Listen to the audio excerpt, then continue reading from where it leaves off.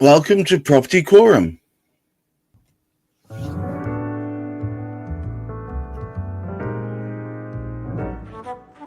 There, you see, it goes to show what magic can happen if you actually remember to press the right button. Welcome, bienvenue, welcome once again to Property Quorum. As per usual, I'm joined by stalwarts, of course, Hamish McLay of Search Convey, Juliet Baboolal of gunnercooke LLP, and of course, the incomparable Chris Gilsenan of Route Home. And today, we are joined, as per usual, with a special guest. May I introduce you to John McNamara, CEO of Focus Commercial. As usual, we kick about topics of today, and today is no different. We've been talking about sort of issues to do with risks and so on, and today's topic is safest houses, strategies for property transaction risks. What are we referring to, Hamish?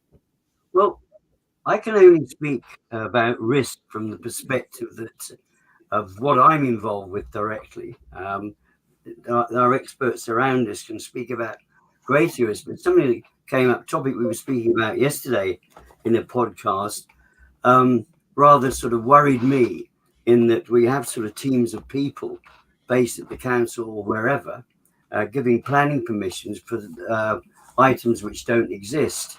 Now, we aren't necessarily aware of the fact that they don't exist. The only people that are aware that they don't exist are the people who put in the planning applications and the people who accept them. Now, there's a risk there, which, we can't see it coming. And we don't know quite who has inspected buildings either as they're being put up to pass off these buildings as being safe. So we have a sort of risk, but all we can do is pass on information. And hopefully that information can be taken on board by whoever we pass it to. In most cases, it'll be somebody like Juliet. And hopefully she will find out through what the information we are able to pass on, basically, that it's not entirely true what it says. I don't know about that. I haven't discussed it with her. But be interesting to hear her feedback on that one. Juliet.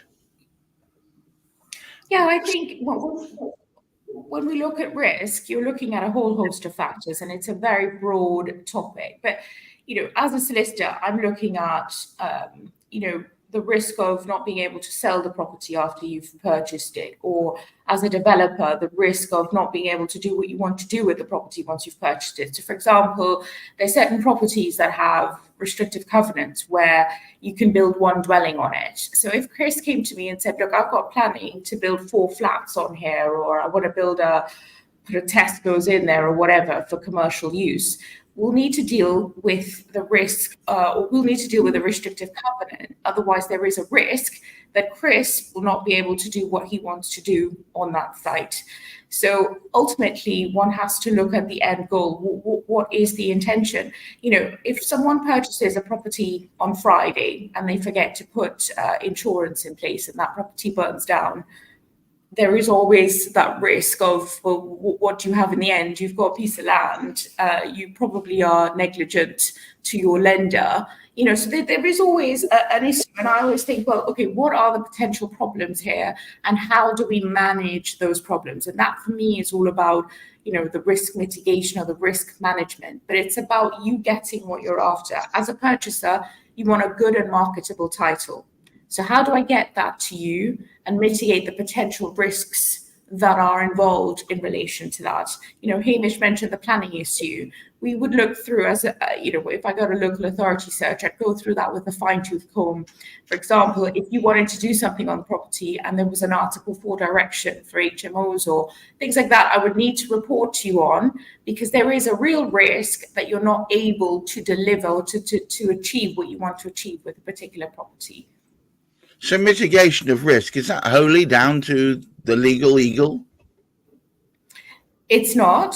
It's a wholehearted process. I always say to people as well, look, valuers go on site what I see on paper is one thing, but if you tell me that what you see physically doesn't match up with what I've got on paper, then we've got a real problem. So really, we've always said this, there's a lot of moving parts. You know, for example, if I look at a contract, you're saying to me, look, I'm going to build this property and these are the specs, but you've got a problem that, one, you can't get the material to achieve those specs, then what's the risk there? The risk there is that you're not going to achieve the milestones that your client has set for you, if you're the developer, or the milestones that a lender has set for you. So how do you mitigate that?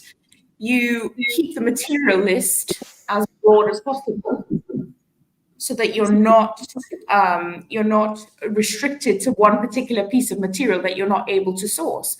You know, so there's a whole host, when you refer to risk, there's a whole host of things that one could look at. But the professionals that you employ are there to prevent you from experiencing the outcomes of those issues had you not have risk management in place. Thank you, Juliet. Chris, how do you mitigate risk in your process? Because I know you've developed over the last 3 years a very structured, controlled process. But there are, as Juliet says, lots of areas where one could consider to be fairly strong risk. Yes. I think from putting my investor hat on or developer hat on, it starts with, the expression, it starts with you have to start with the end in mind. Yes, so, absolutely. Yeah, so it applies exactly to investments, exactly to the property world as well. You've got to think about what the exit is.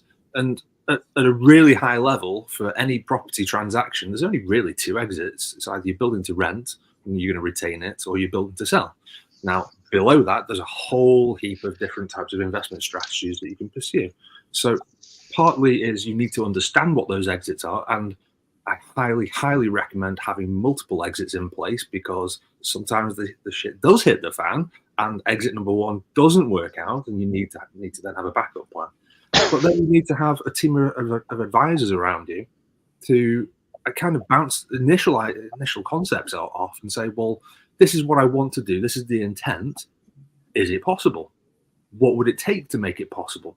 And then you go through the process of what it would take to make it possible. And then you assess whether that's then commercially viable, or at what point it becomes non-commercially viable. And then you can kind of work all the way backwards to, well, this is what I need to be acquiring the site for. And these are all the other costs that go into that.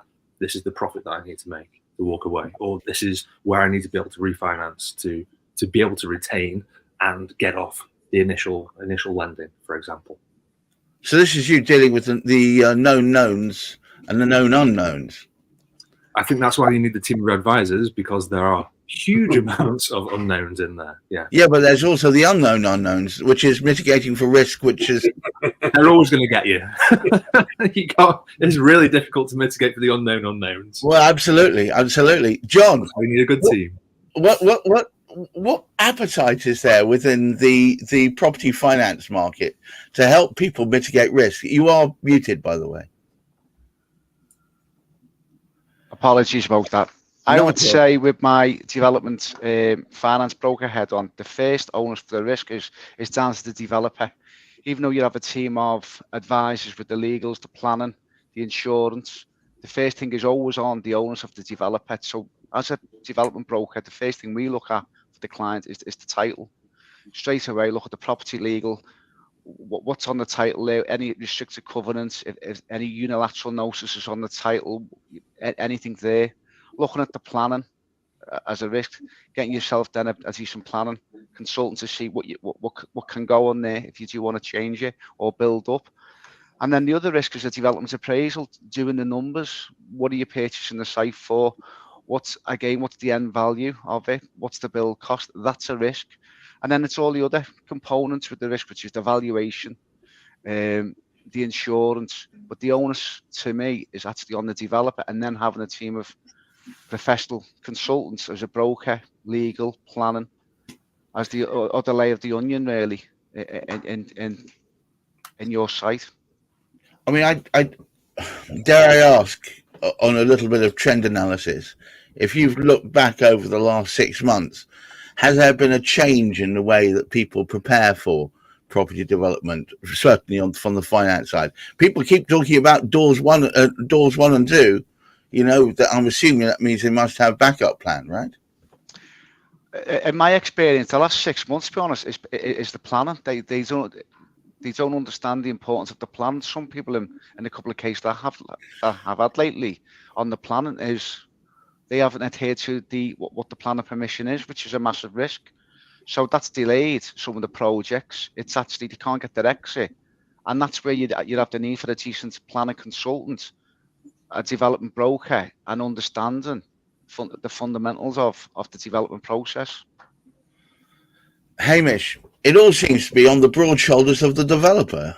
Am I right? Yes and no, because there's I think, as we've said, there's an awful lot. The developer will, as we have known, because Chris, with his experience and as he's explained to us so often in the past, it's having not quite got it right, rather than getting it wrong. It's not quite right. That's a learning curve. So the next time as we go forward, we can see it. But I can understand what John's saying about the planning, having started to get very, very deep into looking at certain planning permissions that have been given of late, because it seems to me that there's not a great deal of strength in some of what the planning officers are saying. I don't know whether they've been watered down along with the other employees within the council area, with them coming back. But it does seem there seems to be a struggle with planning altogether. And I think that the worrying thought is going to be, with this new government deciding that they want to speed things up, what is already going slightly askew, the planner's not quite getting it sort of right anyway. If they speed the whole thing up, are we just going to have more and more of the situations that come about? Like John says, there's a misunderstanding between the developers who've taken it on and the planning permission that's being given, because some of the planning permissions cannot be met with the information which is there. So you've got the planner and then you've got the developer. And sometimes the words don't actually match up. And I think this is what we've actually sort of seen, particularly with these, when we look at sort of high-rise flats and sort of all the rest of it, we're just finding more and more of them are high risk because they're not quite meeting, because the materials aren't quite available. So somebody will use something different, which has never been tried and tested.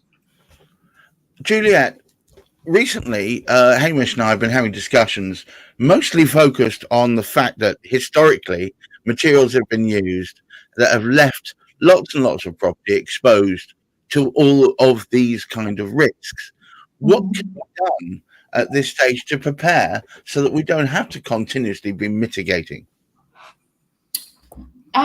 If someone signed off a planning permission or planning condition and they've not used the right materials, etc., we said this on the last podcast, there needs to be checks and balances and accountability in relation to that. And perhaps as a purchaser, you need to have some sort of special insurance to ensure that you're not facing the brunt of the losses as a result of someone's negligence in terms of signing off incorrectly used material. I find that really bizarre, because if you're doing your job well, then clearly that should be flagged up, the condition shouldn't be discharged, and the developer should be put back to the obligation of putting it right and complying with the planning condition.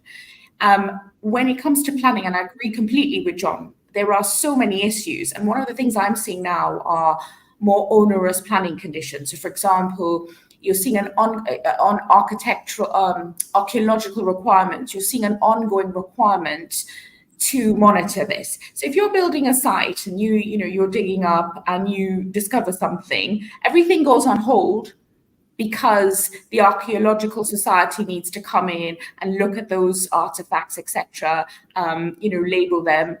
So what happens if you've got a lender who's on your back saying, look, you've got an 18-month term, and you're not keeping to schedule. So you're in default as a result of your lender's requirements because you're not building to time.